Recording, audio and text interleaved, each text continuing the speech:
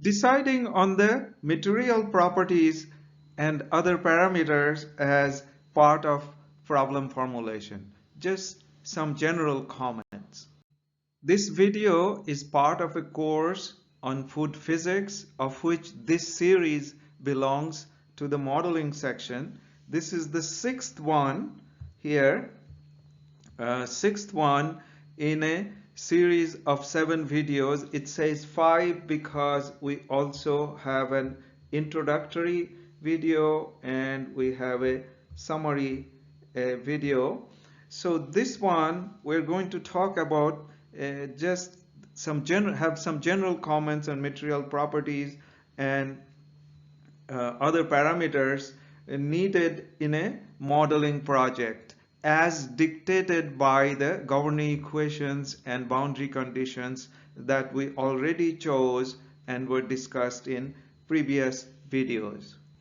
Now, a computational model with governing equations and boundary condition isn't going to go anywhere without the material properties and the parameters needed to solve the problem.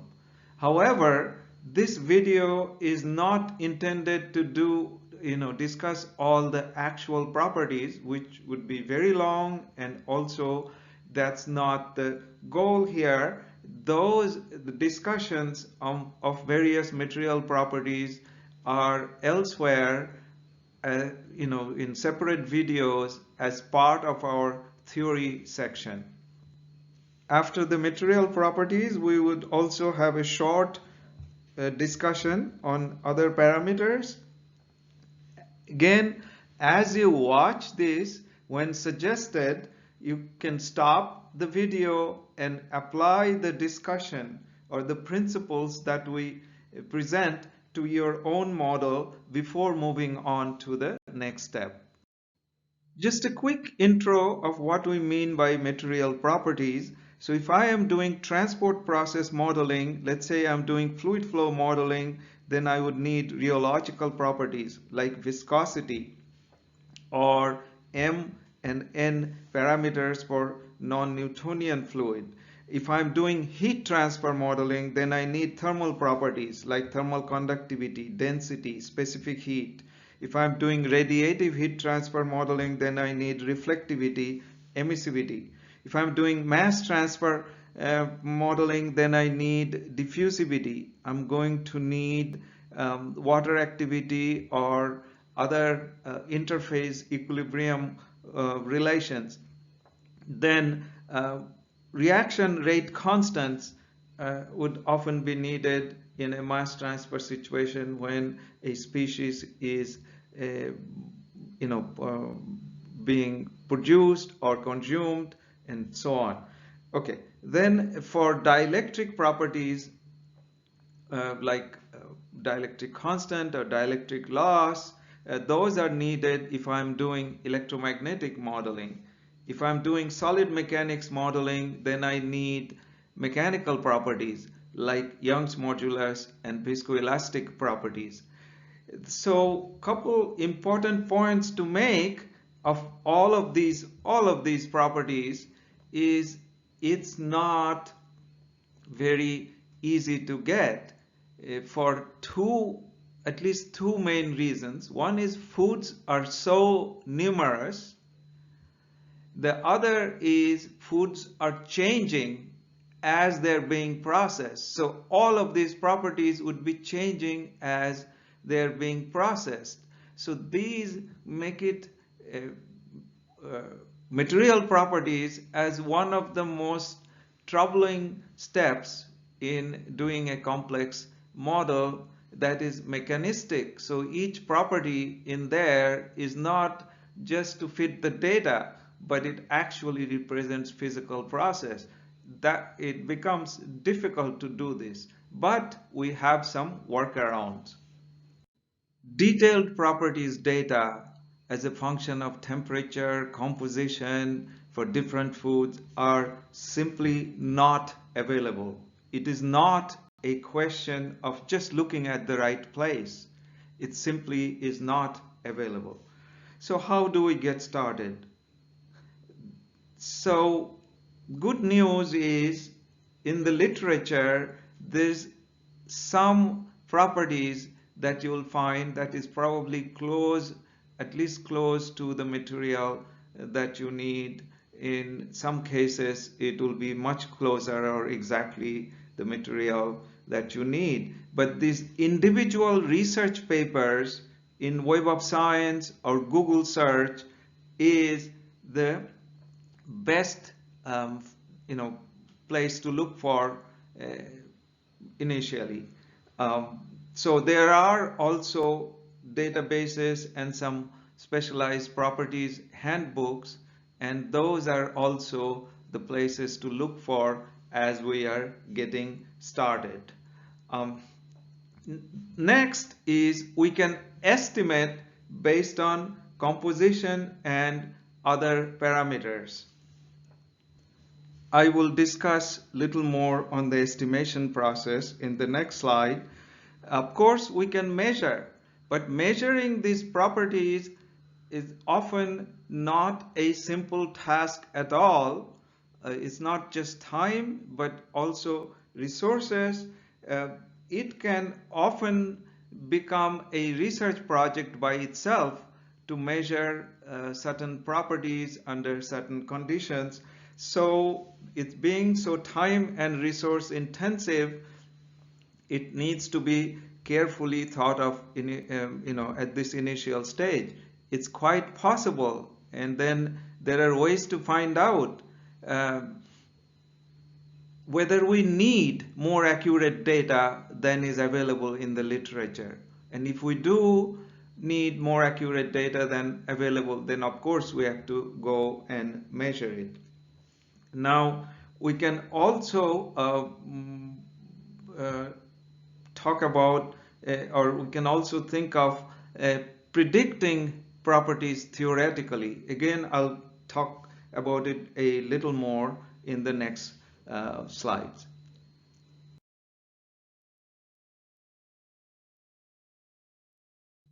So I will share an example of property estimation process in a very simple way using the example of thermal conductivity. So in this case, the equation to predict thermal conductivity of a material is given by this, where I is the individual component in the food. So this could be protein or water, and epsilon is the volume fraction of that component, and K is some sort of thermal conductivity corresponding to that component.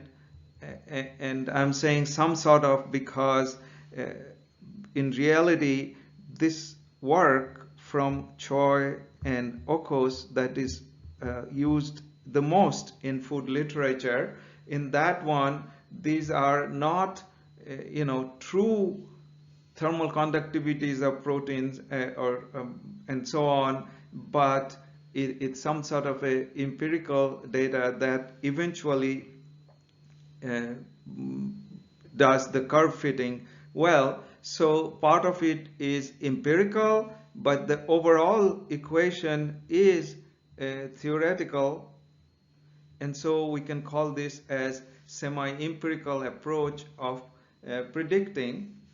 Now, many common physical properties can be estimated to about, around 10% accuracy using formulas like this. Not the same kind of algebraic expressions, but simple formulas like this can be used to estimate to within 10%.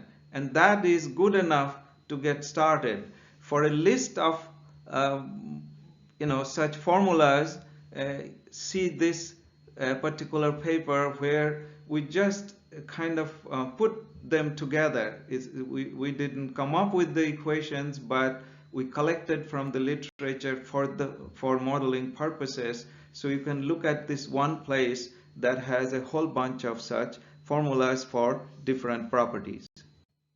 Estimation of property, like what we just discussed, it doesn't always have to be empirical or semi-empirical. And to see this, to have a big picture of this, there are many ways of predicting material properties, from totally empirical on one end to totally theoretical. So if we go through various approaches like statistical correlation, homogenization, effective medium theory, I'm obviously not getting into details of any of them, but it's getting progressively theoretical as I move in this direction. As I move in this direction, and then we have the soft matter approach, and then finally, and then thermodynamics, and then finally molecular theory. Now, all these ways of predicting properties are being worked on. So I didn't make them up. There are several researchers around the world working on these approaches, like soft matter approach or the molecular theory approach, for example.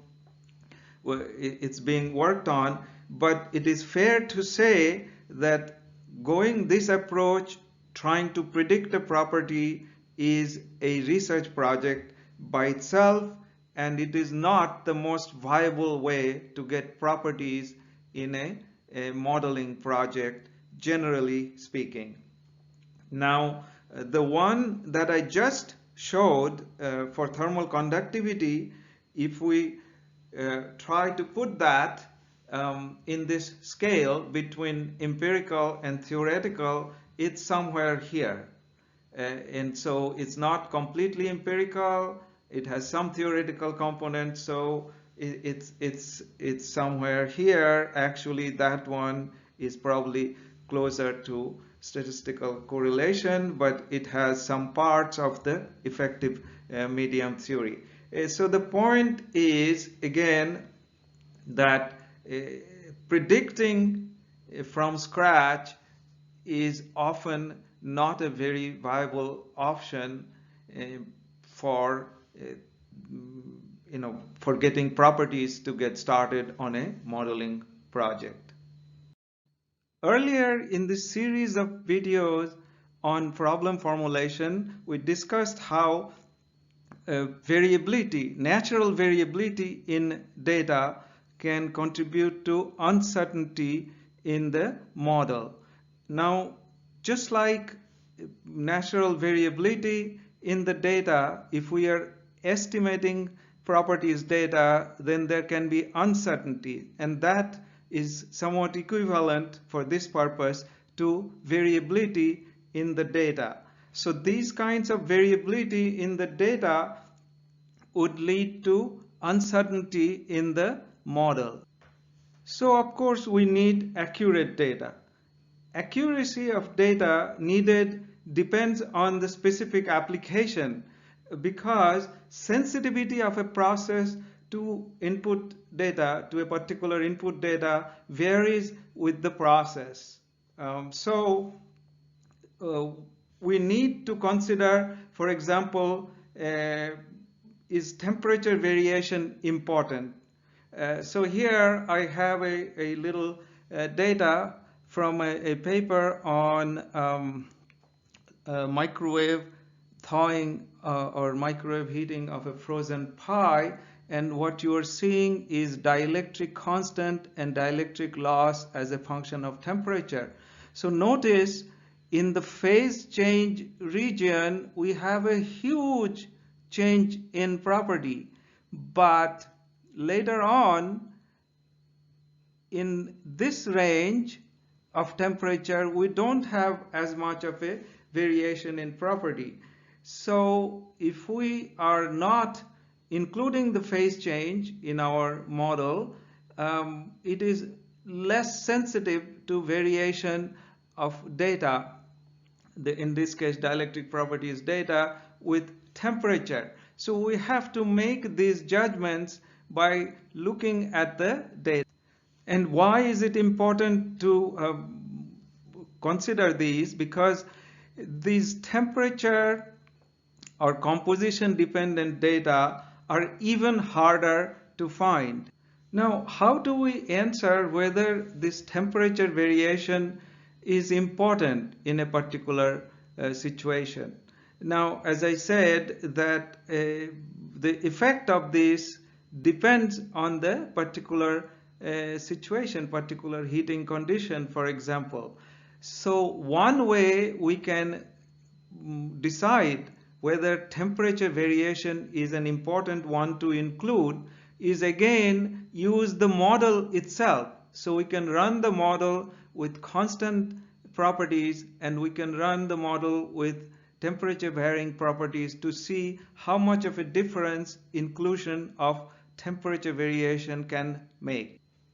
In general, to include the effect of all these sources of variability in the data, what we do is we perform sensitivity analysis with respect to the data, meaning for a range of data, we perform the simulations to show how much our model simulation or model output is going to vary with this input data.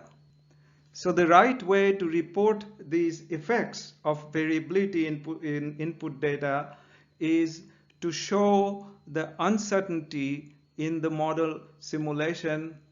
So you provide the final output of the model showing the uncertainty because of this range of input data that are possible. To be aware of the many sources of variability and uncertainty in the input data that we are using, we need to ask questions such as, where did the data come from? Was the experiment done on the same material? Or was it done on a related material? If it's a related material, how much is it likely to change for my material? Again, we can guess, but by considering these factors consciously, we are trying to put a limit on how much is likely to be the uncertainty or variability in the data that we are using. Was it, was it from theory? Then is the theory valid for the type of material we're using? Or was it just a guess? If it's a guess, then we really need to find from the literature a big wide range in which the property is likely to vary, and we need to include that as part of this sensitivity analysis. So what do sensitivity analysis due to variability in input data can look like? Here is an example of simulation of cupcake baking, and we are showing the variability in water loss in the cupcake baking. So on the y-axis we have the rate of water loss in kilograms per second from the cupcake with time. Now cupcake simulations need water activity data. This is a porous media simulation, so it needs this equilibrium relation between solid and gas. So this water activity data is needed, but water activity data is hard to find. So in this work reported here, they chose 3 different water activity models that are close or as close as possible to the material that is being modeled. And so for 3 different water activity models from literature, the plot shows the sensitivity of the calculations, sensitivity of the rate of water loss to these 3 different models. So then it is this kind of sensitivity analysis that would need to be done once the model is working. So at the problem formulation stage, we need to collect the variability information. In other words, in this case, we should have the list of possible candidates for water activity, or the list of water activity models that could apply to this particular simulation. Now, for details of doing this type of sensitivity analysis, there is a separate separate video in our series on modeling that you are referred to. So we just completed a sort of a big picture of the material properties and how to include that in the problem formulation in a modeling project. There are, of course, other parameters that are likely to be needed in a modeling project. What are some of the examples of other parameters? For example, if we are trying to do calculation of quality changes like color change, then we need the kinetic parameters like the rate constant and the temperature dependencies for color change. Likewise, for bacterial safety. Again, we would need the rate kinetics and their temperature dependence. So those are just two examples to make the point. There are other parameters. So such data should be collected at the problem formulation stage. So the problem formulation is complete and all considerations are given. Remember, we have to eventually compute these and validate. So we need to have the big picture at the end. So we should plan it in a way that we don't get stuck later on and have a surprise. So that's why we need to have all of these information up front in the problem formulation stage. Okay, so now we get to apply these principles that were discussed to our project, that is your project. So make a list of properties. Which properties and parameter do you need? Make a list. And do we need temperature or composition variation of properties?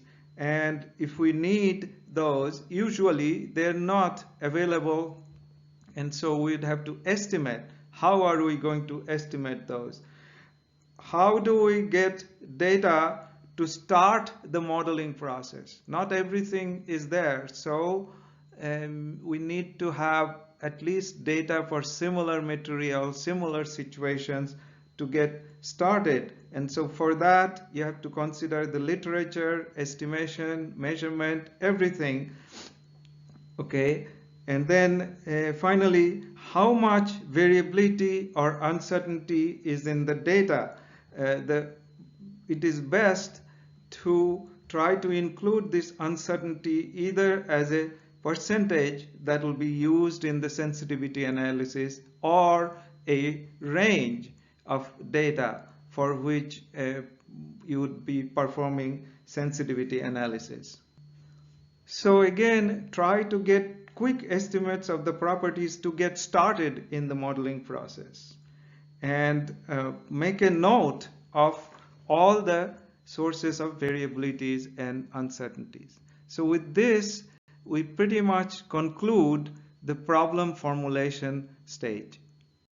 So all the steps in problem formulation, starting from goals to geometry, governing equation, boundary conditions, material properties, and other parameters, have now been completed. The next video in this series simply summarizes. So after this, the next one simply summarizes the problem formulation process.